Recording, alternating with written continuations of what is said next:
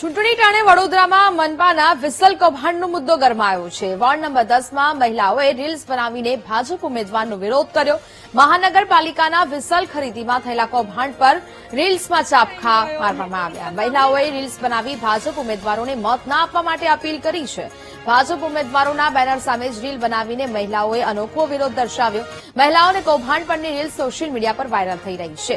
2025માં વસ્તુઓની બજાર કિંમત કરતા 10 ગણા વધુ ભાવની ચૂકવણી કરાઈ હતી। 280માં મળતી ઇમરજન્સી વિસલના જે 3238 ચૂકવાયા હતા તેને લઈને આ મામલો ગરમાયો છે। તો હમણાં જ આઈ ગયો। મેં તો વિસલ સાંભળી ના મેં તો વિસલ સાંભળી તે કેમ ના સાંભળી? હાય 4 દિવસનો કચરો ઘરમાં પડ્યો ગંધાઈ ઉઠશે આખું શું ઘર કરતી હતી ત્યાં સુધી એટલી મોટી વિસલ વાગીને?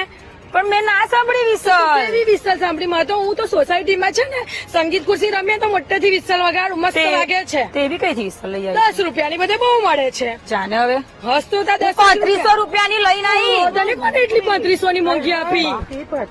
તું ક્યાંથી 3500 લાવી? રૂપિયા હું આપી નાઈ પણ એનું શું પણ તું ક્યાંથી આવી લાવી તો તને છેતરી ગયા? આ લોકોએ છેતરી ગયા અમને તો ફરી જોઈએ જ ના ના જોઈએ ના જોઈએ ના જોઈએ નહીં જોઈએ। સંવાદદાતા માનુ ચાવડા ફોન લાઈન પર જોડાયા છે। માનુ, ચૂંટણી ટાળે હવે વડોદરામાં મનપાના વિસલ કૌભાંડનો મુદ્દો ગરમાયો છે, શું વિગતો?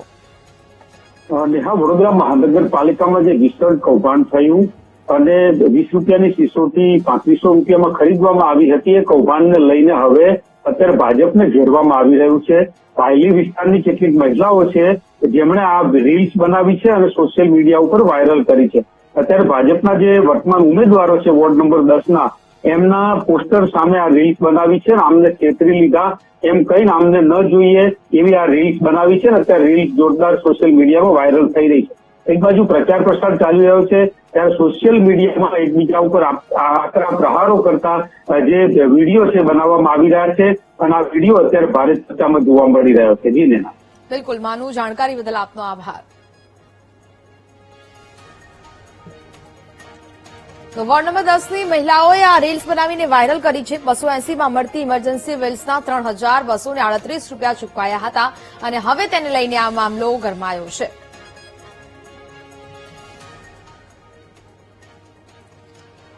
વડોદરા